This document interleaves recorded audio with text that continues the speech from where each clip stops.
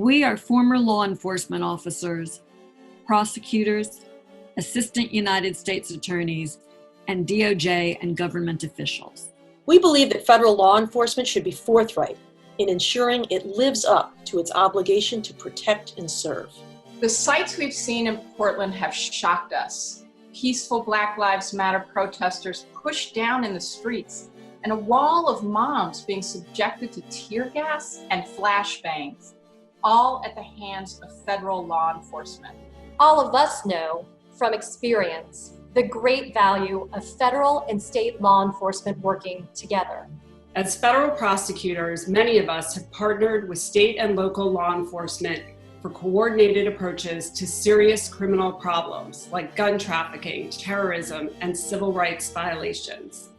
As state prosecutors, many of us have worked shoulder to shoulder with federal law enforcement, who provide special technical and legal tools. So when we heard the federal agents had been dispatched to Portland, Oregon, we didn't automatically assume there was anything to worry about.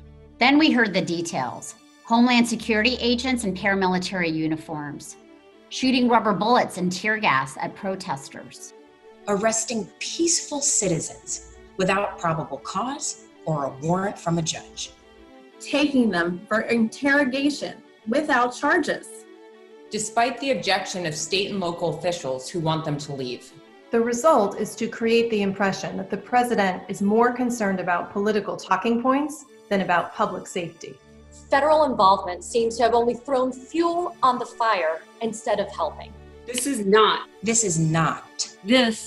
how it's supposed to work.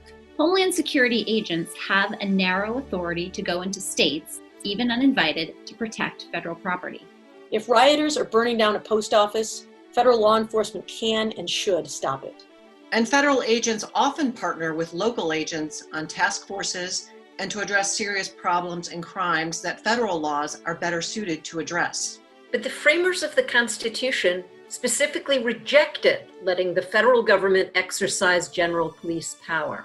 President Trump says he will send federal agents to combat violent crime in Chicago, Baltimore, and Philadelphia, whether they like it or not. The Department of Justice ordinarily would make the announcement to protect the independence of federal law enforcement actions from political influence.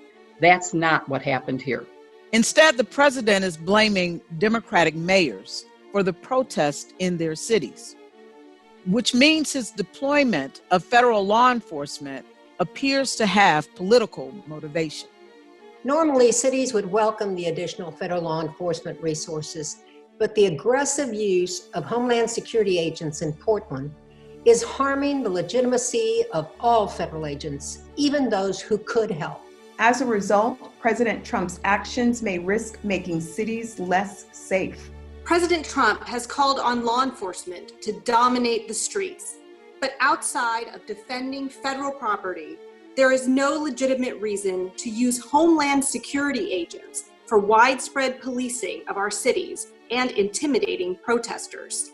And use of federal Homeland Security agents to dominate the streets in a show of force can harm the relationship of law enforcement with the community. If dedicated public servants are perceived as being used by politicians to scare and divide Americans instead of helping to prosecute serious crimes, everybody loses. Everybody loses. Everybody loses. Federal law enforcement loses credibility. State and local law enforcement lose their constitutionally guaranteed autonomy. Citizens lose faith in their public officials, and our democracy suffers. Our democracy suffers. Our democracy suffers. Our democracy suffers. So we urge you to take a stand and make your voice heard. We deserve better. We deserve better. We deserve better.